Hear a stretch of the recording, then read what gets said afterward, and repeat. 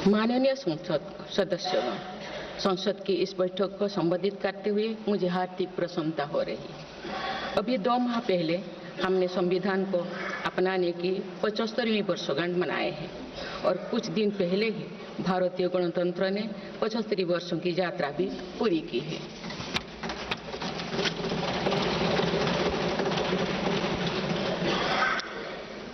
ये अवसर लोकतंत्र की जननी के रूप में भारत के गौरव को नई ऊंचाई देगा। मैं सभी देशवासियों की तरफ से बाबा साहेब आम्बेडकर समेत सभी संविधान निर्माताओं को नमन करती हूँ। माननीय सदस्यगण, इस समय देश में महाकुंभ का ऐतिहासिक पर्व भी चल रहा है। महाकुंभ भारत की सांस्कृतिक परंपरा का, भारत की सामाजिक चेतना का पर्व है। देश और दुनिया से आए करोड़ों श्रद्धालु प्रयागराज में पूर्ण स्नान कर चुके हैं। मैं मनो अमावस्या के दिन हुई हादसे पर अपना दुख व्यक्त करती हूँ। घायलों के शीघ्र स्वस्थ होने की कामना करती हूँ। कुछ दिन पहले ही हमने देश के पूर्व प्रधानमंत्री डॉक्टर मनमोहन सिंह जी को खोए हैं। मनमोहन सिंह जी ने 10 वर्ष तक प्रधानमंत्री के रूप में देश की सेवा की। वे लंबे समय तक संसद के सदस्य भी रहे। मैं मनमोहन सिंह जी को भावभीनी श्रद्धांजलि अर्पित करती हूँ।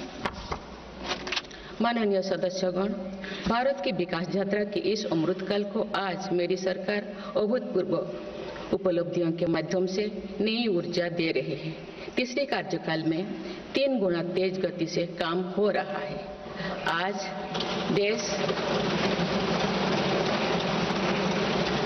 देश बड़े निर्णयों और नीतियों को असाधारण गति से लागू होते देख रहा है और इन निर्णयों में देश की गरीब, मध्यम वर्ग, युवा, महिलाओं, किसानों को सर्वोच्च प्राथमिकता मिली। मेरी सरकार ने तीसरे कार्यकाल में सभी के लिए आवास के उद्देश्य की पूर्ति के लिए ठोस कदम उठाए हैं। प्रधानमंत्री आवास योजना का विस्तार करते हुए 3 करोड़ अतिरिक्त परिवारों को नए घर देने का निर्णय लिया गया है।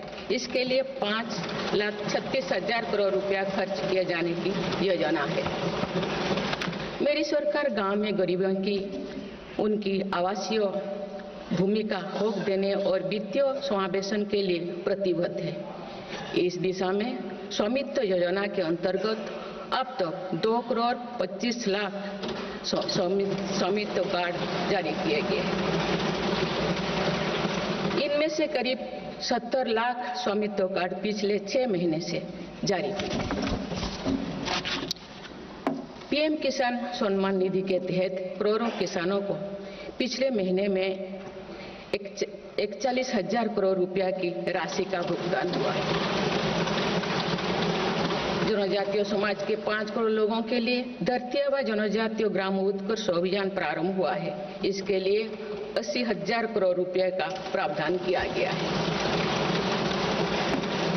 आयुष्मान भारत योजना के अंतर्गत 70 वर्षों और उससे अधिक उम्र के 6 करोड़ वरिष्ठ नागरिकों को स्वास्थ्य बीमा देने का फैसला हुआ है।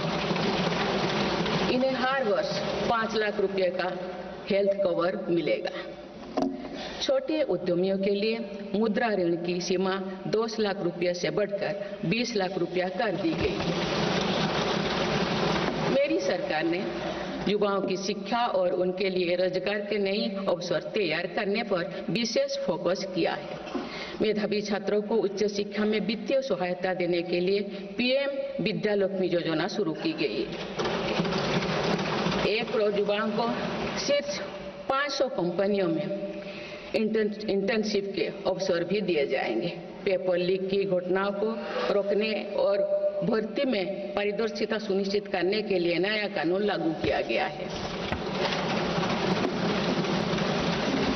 सहकार से समृद्धि की भावना पर चलते हुए सरकार ने त्रिभुवन सहकारी यूनिवर्सिटी की स्थापना को प्रस्ताव स्वीकृत किया है। सरकार ने प्रधानमंत्री ग्राम सड़क योजना के 4थे चरण में 25,000 बस्तियों को जोड़ने के लिए 70,000 करोड़ रुपया स्वीकृत किए हैं।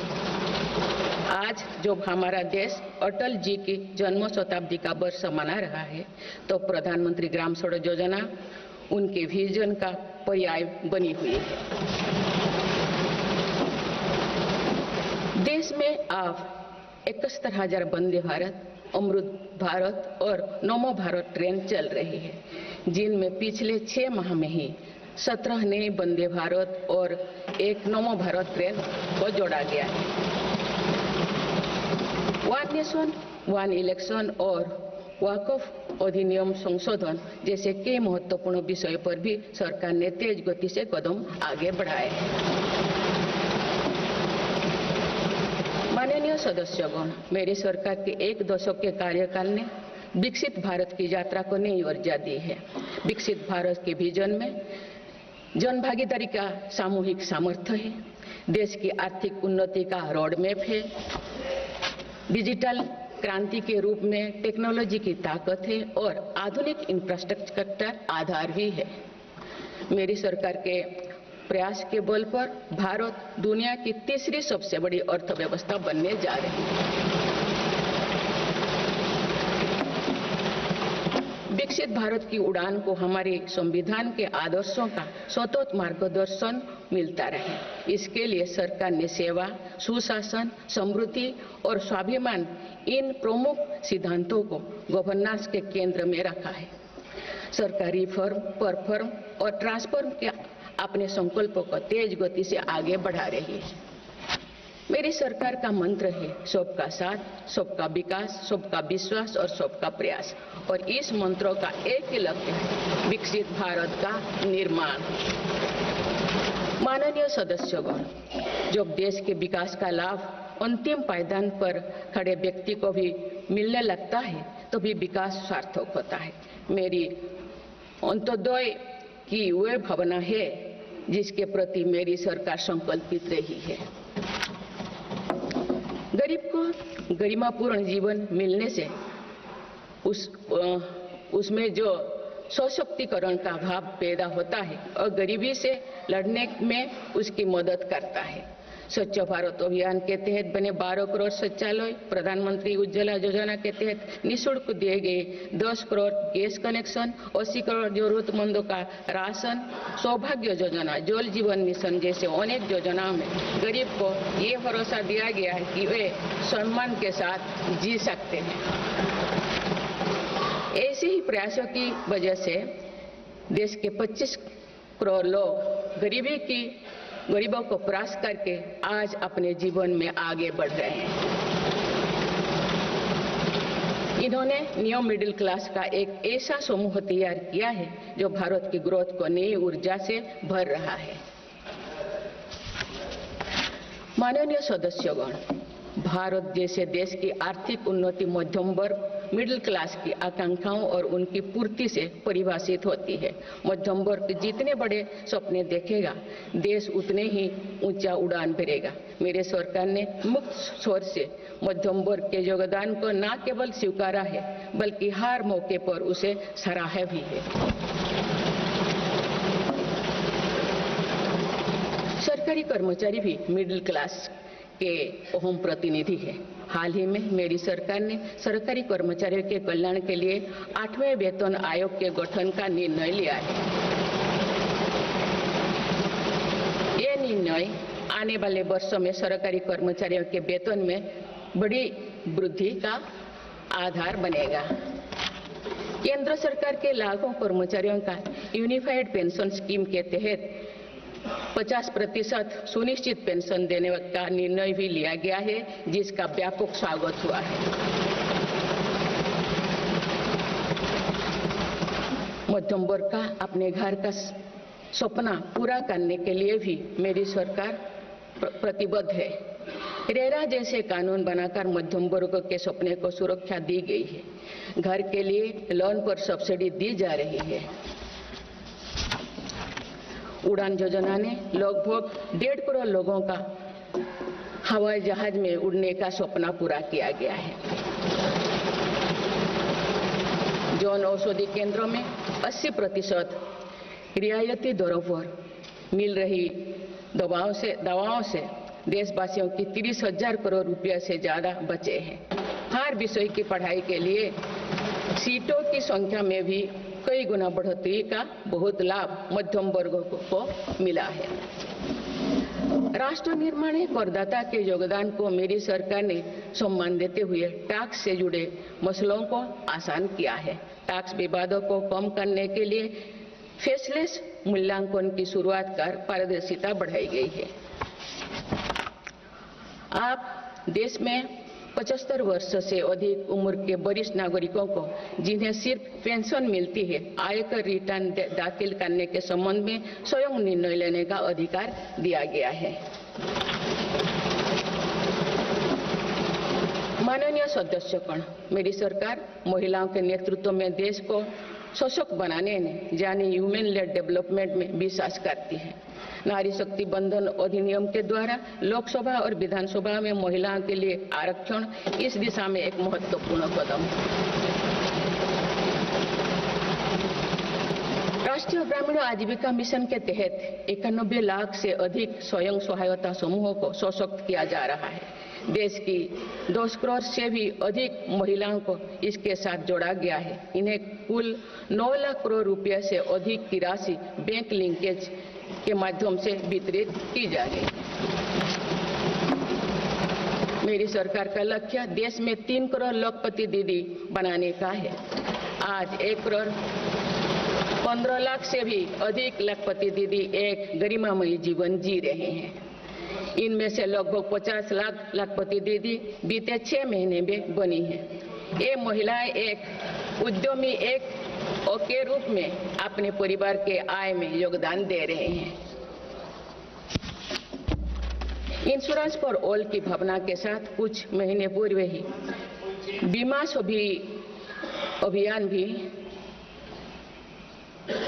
सखी अभियान भी शुरू किया गया है। हमारे बैंकिंग और डिजी पेमेंट्स सखियां दूर दराज के इलाकों में लोगों को वित्तीय व्यवस्था से जुड़ने में महत्वपूर्ण भूमिका निभा रहे हैं। कृषि सखियां नेचुरल फार्मिंग के बढ़ावा दे रही हैं और पशु सखियां के माध्यम से हमारा पशुधन मजबूत हो रहे हैं। ड्रोन दीदी योजना महिलाओं के आर्थिक और तकनीकी सशक्तिकरण का माध्यम बने हैं। ये इस संसद के लिए गौरव का विषय है कि बड़ी संख्या में भारत की बेटियां लड़ाकू विमान उड़ा रही हैं, पुलिस में भर्ती हो रही हैं और कॉरपोरेट कंपनियों का नेतृत्व भी कर रहे हैं। मेरी सरकार के निर्णय के बाद बालिकाओं की भर्ती राष्ट्रीय मिलिट्री स्कूलों में प्रारंभ हो गई है। नेशनल डिफेंस एकेडमी में भी महिला कैडेट्स को भर्ती शुरू की गई है। हमारी बेटियां आज ओलंपिक में मेडल लाकर देश को भी गौरवान्वित कर रही हैं। मैं भारत की संसद के माध्यम से देश की नारी शक्ति को विशेष बधाई देती हूँ।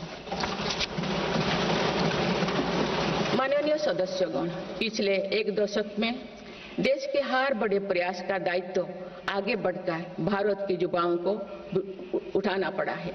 आज हमारा युवा स्टार्टअप स्पोर्ट्स से लेकर स्पेस तक हर फील्ड में देश का नाम रोशन कर रहे हैं। माय भारत पोर्टल के जरिए लाखों युवा राष्ट्र निर्माण के कार्य से जुड़ रहे हैं। पिछले 1 दशक में मेक इन इंडिया, आत्मनिर्भर Bharat, startup India, stand up India और डिजिटल इंडिया जैसी पहल ने युवाओं को रोजगार के अनेक अवसर प्रदान किए हैं। पिछले 2 वर्षों में सरकार ने रिकॉर्ड संख्या में 10 लाख स्थायी सरकारी नौकरियां प्रदान की गई। मेरी सरकार ने युवाओं के बेहतर कौशल और नए अवसरों के सृजन के लिए 2 लाख करोड़ रुपया का पैकेज स्वीकृत किया है। 1 करोड़ युवाओं के लिए इंटर्नशिप की व्यवस्था से युवाओं को ग्राउंड पर काम करने का अनुभव प्राप्त होगा। आज देश में 1.5 लाख से अधिक स्टार्टअप है जो इनोवेशन के स्तंभ के रूप में उभर रहे हैं। 1000 करोड़ रुपया की लागत से स्पेस सेक्टर में वेंचर कैपिटल फंड की शुरुआत की गई है। US world future skill index 2025 में भारत विश्व में दूसरे नंबर पर पहुंच गया है। यानी फ्यूचर ऑफ वर्क श्रेणी में एआई और डिजिटल टेक्नोलॉजी अपनाने में भारत दुनिया को रास्ता दिखा रहा है। ग्लोबल इनोवेशन इंडेक्स में भी भारत की रैंकिंग 76 से सुधरकर 39 हो गए हैं। माननीय सदस्यगण, मेरी सरकार राष्ट्रीय शिक्षा नीति के माध्यम से विद्यार्थियों के लिए आधुनिक शिक्षा व्यवस्था तैयार कर रही है। कोई भी शिक्षा से वंचित ना रहे, इसीलिए मातृभाषा में शिक्षा के अवसर दिए जा रहे हैं।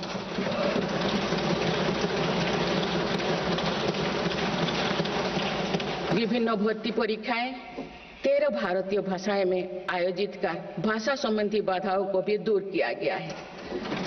बच्चों में इनोवेशन को बढ़ावा देने के लिए 10,000 से अधिक स्कूलों में अटल टिंकरिंग लैब्स खोली गई है। ईज ऑफ डूइंग रिसर्च के लिए हाल ही में one nation one subscription scheme लागू कर दिया है। इससे अंतर्राष्ट्रीय शोध की सामग्री निःशुल्क उपलब्ध हो सकेगी। पिछले एक दशक में उच्च शिक्षण संस्थानों की संख्या बढ़ी है। इनकी गुणवत्ता में भी व्यापक सुधार हुआ है। यूएस विश्व यूनिवर्सिटी एशिया रैंकिंग में हमारे 163 विश्वविद्यालय शामिल हुई है। नालंदा विश्वविद्यालय के नए कैंपस का शुभारंभ कर शिक्षा में भारत का पुराना गौरव वापस लाया गया है। वो दिन भी दूर नहीं जो भारत में निर्मित गगनयान में एक भारतीय नागरिक अंतरिक्ष में जाएगा।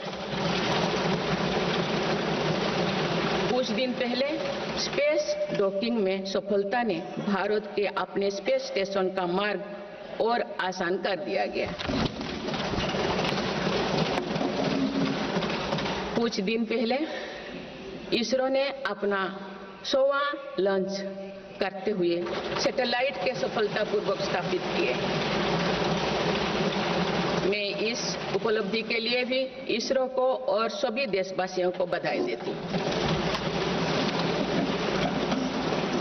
माननीय सदस्यगण, मेरी सरकार ने देश में विश्व स्तरीय स्पोर्ट्स वातावरण बनाने की दिशा में खोले खेलो India scheme, target Olympic podium scheme यानी स्टॉप्स राष्ट्रीय स्पोर्ट्स यूनिवर्सिटी स्थापित करके देश को आगे कदम बढ़ाए हैं। दिव्यांग के लिए ग्वालियर में विशेष खेल केंद्र खोला गया है। भारत की टीमों में चाहे ओलंपिक हो या फिर पैरालंपिक, हर जगह बेहतरीन प्रदर्शन किया गया है। हाल ही में विश्व शतरंज चैंपियनशिप में भी भारत ने अपना परचम लहराया। फिट इंडिया मूवमेंट चलाकर हम सशक्त युवा शक्ति का निर्माण कर रहे हैं।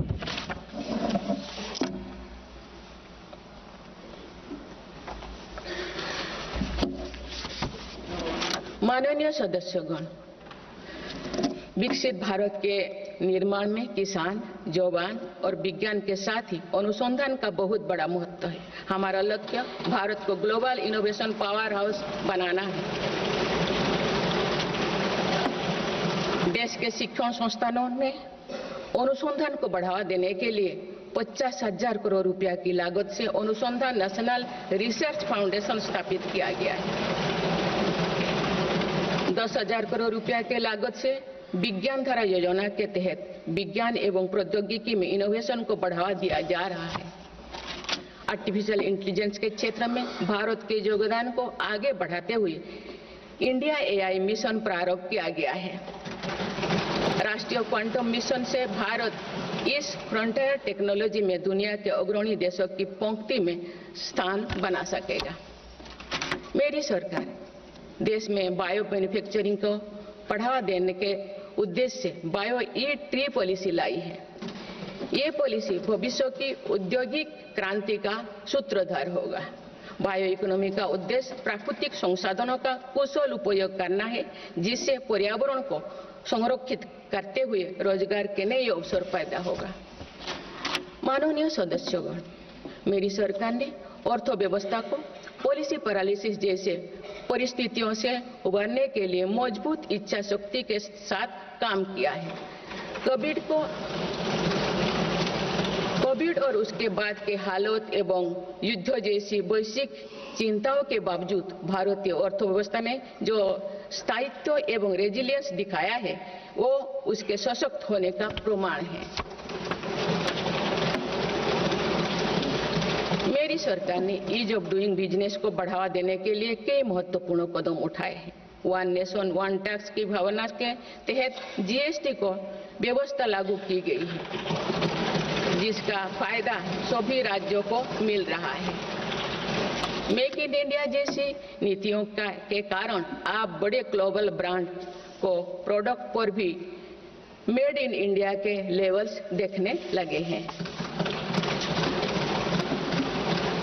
माननीय सदस्यगण, भारत के छोटे व्यापारी गांव से लेकर शहरों तक हर जगह आर्थिक प्रगति को गति देते हैं। मेरी सरकार छोटे उद्यमियों को अर्थव्यवस्था की रीढ़ मानते हुए उन्हें स्वरोजगार के नए अवसर दे रही है।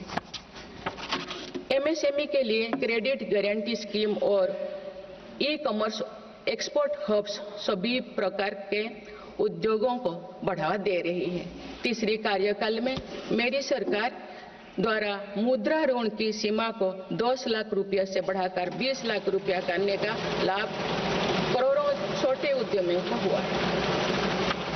मेरी सरकार ने क्रेडिट एक्सेस को आसान बनाया है। इससे वित्तीय सेवाओं की लोकतांत्रिक बनाया जा सका है। आज लोन, क्रेडिट कार्ड, बीमा जैसे प्रोडक्ट सबके लिए आसानी से सुलभ हो रही है। दशकों तो हमारे देश के रेहड़ी फैक्ट्री पर दुकान लगाकर आजीविका चलाने वाले भाई बहन बैंकिंग व्यवस्था से बाहर रहे। आज उन्हें पीएम स्वनिधि योजना का लाभ मिल रहा है। डिजिटल ट्रांजैक्शन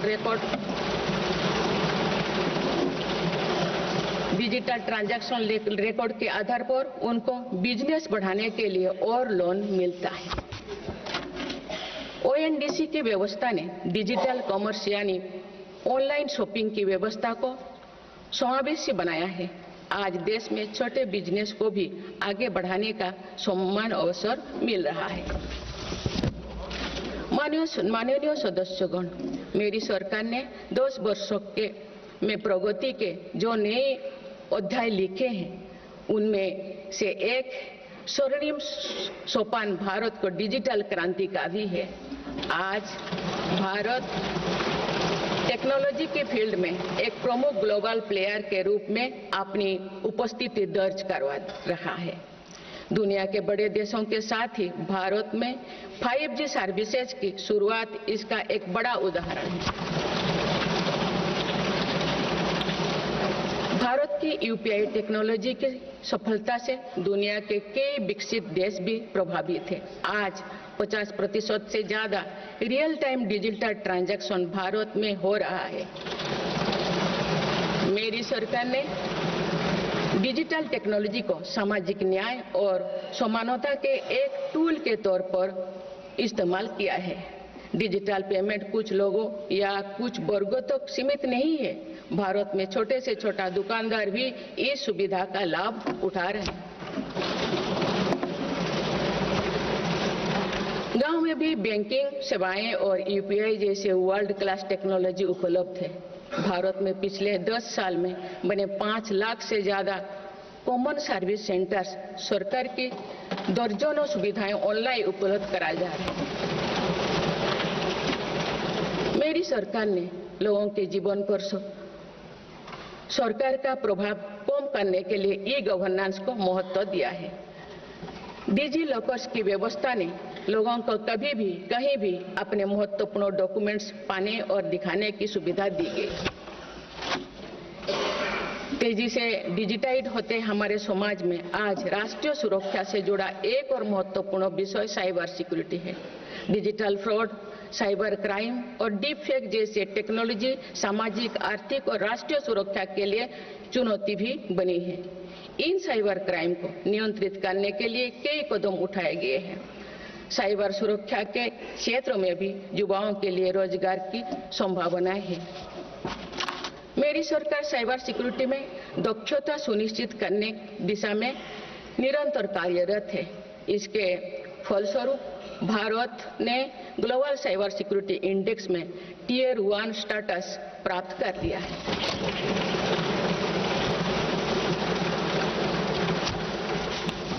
माननीय सदस्यगण, किसी भी देश का आधुनिक इंफ्रास्ट्रक्चर ने केवल उसके नागरिकों को एक बेहतर जीवन एवं देश को नई पहचान देता है, बल्कि देश को एक नया आत्मविश्वास भी देता है।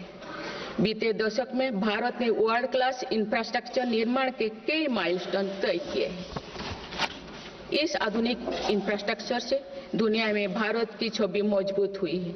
इन्वेस्टर्स का भारत के प्रति भरोसा बढ़ा है, उपयोग को बल मिला है और नए रोजगार का निर्माण हो रहा है। मेरी सरकार देश के हर हिस्से को हाईवे, एक्सप्रेसवे से कनेक्ट करने के लिए मिशन मोड में काम कर रही है। पीएम गति शक्ति नेशनल मास्टर प्लान के द्वारा परियोजना पर पूरा करने की गति तेज हुई है। 2 साल पहले बुनियादी ढांचे का बजट लगभग 2 लाख करोड़ रुपया था, जो पिछले बजट में बढ़कर 11 लाख करोड़ रुपया से अधिक हो गया।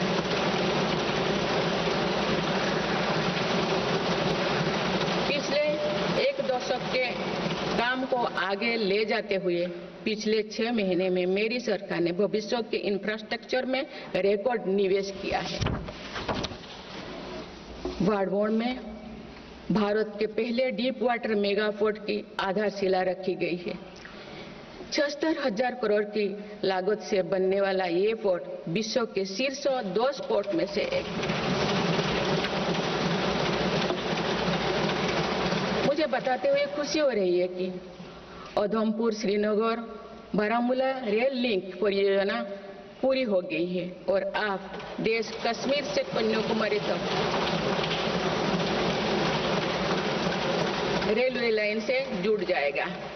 इस महत्वाकांक्षी परियोजना के तहत चेनाब ब्रिज का निर्माण हुआ है, जो विश्व का सबसे ऊंचा रेल ब्रिज है। साथ ही आंधी ब्रिज देश का पहला रेल केबल ब्रिज बना है। सिंकुन ला सुरंग पर काम भी सफलतापूर्वक आगे बढ़ रहा है। निकट भविष्य में पूरी होने पर यह विश्व की सबसे ऊंचा सुरंग होगा। इससे लद्दाख और हिमाचल प्रदेश के बीच 12मासी संपर्क बना रहेगा।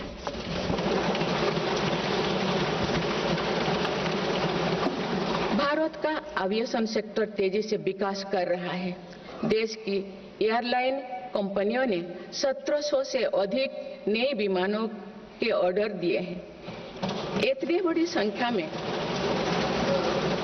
आने वाले विमानों के परिचालन के लिए हम एयरपोर्ट्स का विस्तार कर रहे हैं। पिछले एक दशक में देश के एयरपोर्ट्स की संख्या 2 गुनी हो गई।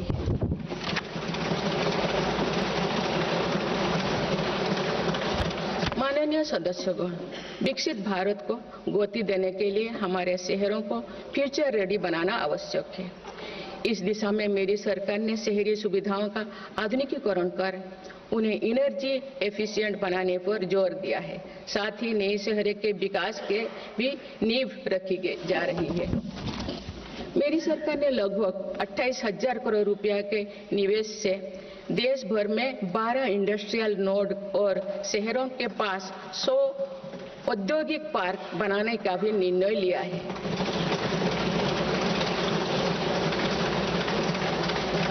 शहरी यातायात को सुगम बनाने के कार्य लगातार जारी है। दिल्ली, पुणे, ठाणे और बेंगलुरु में मेट्रो प्रोजेक्ट्स और अहमदाबाद भुज रूट पर शुरू हुई नमो भारत रैपिड रेल सर्विसेज विकसित भारत के शहरों का स्वरूप।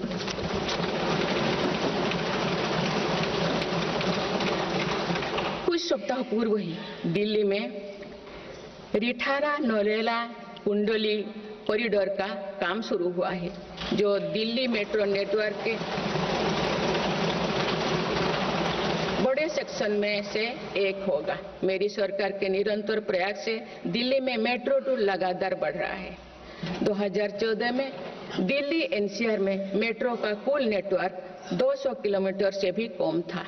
अब ये बढ़कर दुगुना से भी ज्यादा हो गया।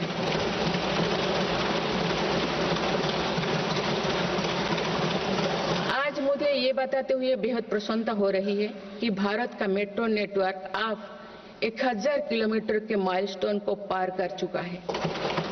भारत अब मेट्रो नेटवर्क के मामले में दुनिया का तीसरा सबसे बड़ा देश बन गया है। लगभग 8000 करोड़ रुपया के खर्च से देश में 52,000 इलेक्ट्रिक बस चलाने का भी निर्णय हुआ है। इससे शहरी इलाका में सुगम और स्वच्छ यातायात की सुविधा मिलेगी और अनेक लोगों को रोजगार भी मिलेगा। आसान कनेक्टिविटी और अर्बन टूरिज्म को बढ़ावा देने के लिए देश में 15 रोपवे प्रोजेक्ट्स की योजना पर भी काम हो रहा है। माननीय सदस्यगण, मेरी सरकार बहुआयामी एवं समरस सर्वस्पर्शी विकास की नीतियों पर काम करती आई है। इसीलिए मेरी सरकार ने जितना बल फिजिकल इंफ्रास्ट्रक्चर पर दिया है, उतने ही सौगन प्रयास सोशल इंफ्रास्ट्रक्चर क्रांति के लिए भी किए हैं। समाज के हर वर्ग तक सस्ती, सुलभ और गुणवत्तापूर्ण स्वास्थ्य सेवाएं पहुंचे, ये मेरी सरकार की प्राथमिकता है। अस्पताल, इलाज और सेवा की व्यवस्था के कारण एक सामान्य परिवार में स्वास्थ्य पर होने वाला खर्च निरंतर कम हो रहा है। देश में नागरिकों तक बेहतर स्वास्थ्य सेवाएं पहुंचाने के लिए 1,75,000 आयुष्मान आरोग्य मंदिर बने हैं।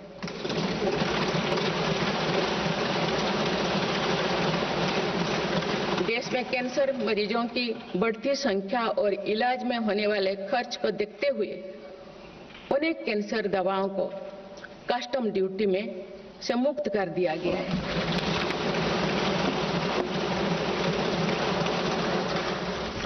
सर्वाइकल कैंसर के लिए अब तक लगभग 9 करोड़ महिलाओं की स्क्रीनिंग की जा चुकी है। मेरी सरकार के प्रयास से दिमागी बुखार से लड़ने में देश को काफी सफलता मिली है। इससे होने वाले मृत्यु दर अब घटकर 6% रह गए। राष्ट्रीय टीबी उन्मूलन कार्यक्रम के अंतर्गत टीबी के मरीजों की संख्या भी घटी है। मेरी सभी देशवासियों और माननीय सांसदों से आग्रह है कि हम सब मिलकर टीबी मुक्त भारत के अभियान को सफल बनाने में अपना योगदान दें। भारत में मातृ मृत्यु दर और शिशु मृत्यु दर में भी व्यापक सुधार हुआ है। गर्भवती महिलाओं और बच्चों के टीकाकरण कार्यक्रम की सही ट्रैकिंग रखने के लिए यूइन पोर्टल लॉन्च किया गया है। इस पोर्टल पर अब तक लगभग 30 करोड़ वैक्सीन खुराक दर्ज हो चुका है। टेलीमेडिसिन के माध्यम से 30 करोड़ से अधिक ई-टेली कंसल्टेशन से नागरिकों को स्वास्थ्य लाभ मिला है। सरकार अगले 5 सालों में देश के मेडिकल कॉलेजों में 75,000 नई सीटों के सृजन के लिए भी काम कर रही है। सरकार हेल्थ इंफ्रास्ट्रक्चर और मेडिकल इक्विपमेंट मैन्युफैक्चरिंग को बढ़ावा दे रही है। देश में नई बल्क ड्रग और मेडिकल डिवाइसेस के पार्क भी बनाया जा रहा है। हमने रोजगार के अनेक नए अवसर उपलब्ध हो रहा है। माननीय सदस्यगण, भारत में आधुनिक और आत्मनिर्भर कृषि व्यवस्था हमारा लक्ष्य है। मेरी सरकार किसानों को फसलों का उचित दाम दिलाने और उनकी आय बढ़ाने के लिए समर्पित भाव से काम कर रही है।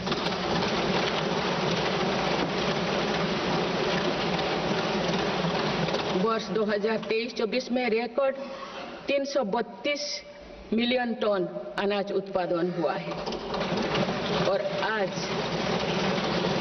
और आज भारत विश्व का सबसे बड़ा दूध, दाल और मसालों का उत्पादक है। सरकार ने खरीफ और रबी फसलों के एमएसपी में निरंतर बढ़ोतरी की है। 10 दशक में धान, गेहूं, दलहन, तिलहन और मोटे अनाज की खरीद पर 3 गुना ज्यादा राशि खर्च की गई है। पिछले 6 महीने में फसलों की जलवायु अनुकूल, बायो फोर्टिफाइड और अच्छी उपज देने वाले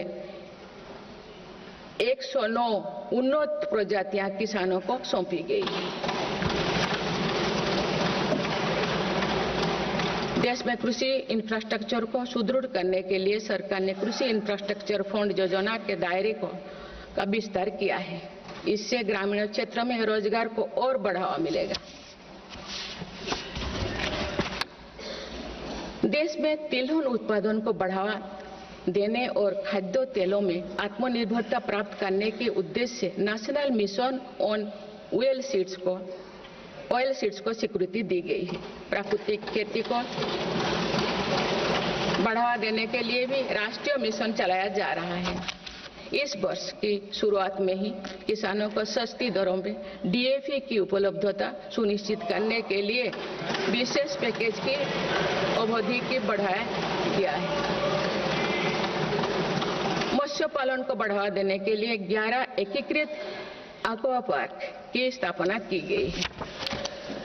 माननीय सदस्यगण, कुछ सप्ताह पूर्व ही भारत मौसम विज्ञान विभाग के 150 साल पूरी हुई है। वेदर रेडी और क्लाइमेट स्मार्ट भारत के लिए मेरी सरकार ने 2000 करोड़ रुपए की लागत से मिशन मौसम प्रारंभ किया है, जिसका लाभ हमारे किसानों को भी मिलेगा। बाबा साहेब आम्बेडकर के विजन पर चलते हुए देश के सूखाग्रस्त इलाकों में सिंचाई और पीने के पानी उपलब्ध कराने के लिए मेरी सरकार ने 2 ऐतिहासिक रिवर इंटरलिंकिंग परियोजनाओं पर काम आगे बढ़ाया है। 40,000 करोड़ रुपये से अधिक लागत की कीन बेतवा लिंक परियोजना में मध्य प्रदेश और उत्तर प्रदेश के लाखों ग्रामीणों भाई बहन का लाभ मिलेगा। संशोधित पार्वती कालीमेघी चंबल लिंक परियोजना में राजस्थान और मध्य प्रदेश में सिंचाई और पीने के पानी की आवश्यकता की पूर्ति। पोलावरम सिंचाई परियोजना को पूरा करने के लिए 12,000 करोड़ रुपया की अतिरिक्त राशि भी स्वीकृत की गई है। माननीय सदस्यगण, हमारे 8 लाख सहकारी संस्थाएं एवं उनके 19 करोड़ हितधारक सदस्य ग्रामीण भारत के करीब 90% क्षेत्र का प्रतिनिधित्व करते हैं। बीते वर्षों में शहरी क्षेत्रों में भी सहकारी संस्थाओं का विस्तार हुआ है।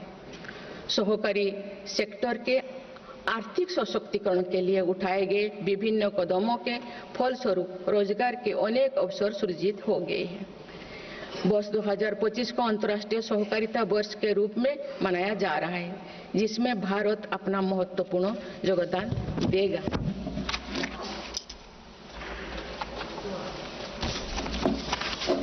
माननीय सदस्यगण, हम जब राष्ट्र के विकास और उपलब्धियों की चर्चा करते हैं तो वास्तव में हम राष्ट्र के नागरिकों की क्षमता एवं उपलब्धियों का ही उल्लेख कर रहे होते हैं। आज देश के विकास में सबका साथ है, इसीलिए हम देश के सही सामर्थ्यों का अनुभव कर पा रहे हैं। मेरी सरकार के प्रयासों का सबसे अधिक लाभ देश के दलित, वंचित और आदिवासी समाज को मिल रहा है।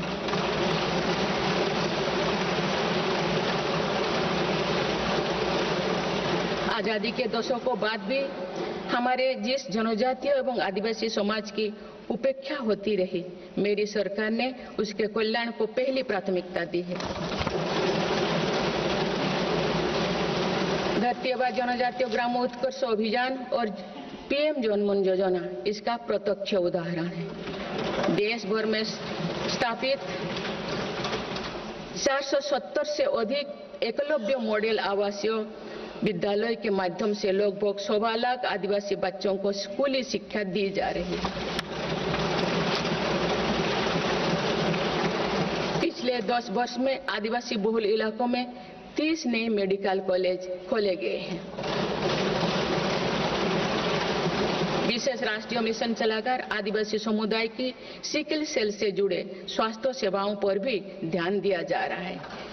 इस मिशन के अंतर्गत लगभग 5 करोड़ व्यक्तियों की स्क्रीनिंग की जा चुकी है।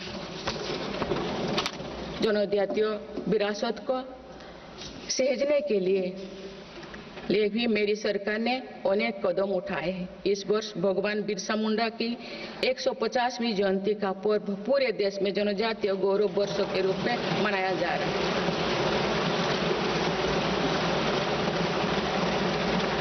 माननीय सदस्यगण, विकसित भारत की एक महत्वपूर्ण कसौटी देश का संतुलित विकास है। किसी क्षेत्रों में ये भावना नहीं होनी चाहिए कि वे विकास में पीछे छूट रहे हैं।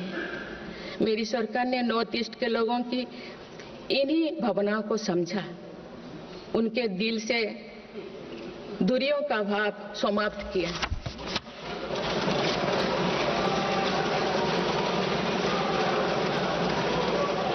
से अधिक शांति समझौते को कर सरकार ने अनेक गुटों को शांति के मार्ग से जोड़ने का काम किया है। पूरा देश नॉर्थ ईस्ट के 8 राज्यों की संभावनाओं को देख सके, इस दिशा में पहले अष्टलोक महोत्सव का आयोजन किया गया है।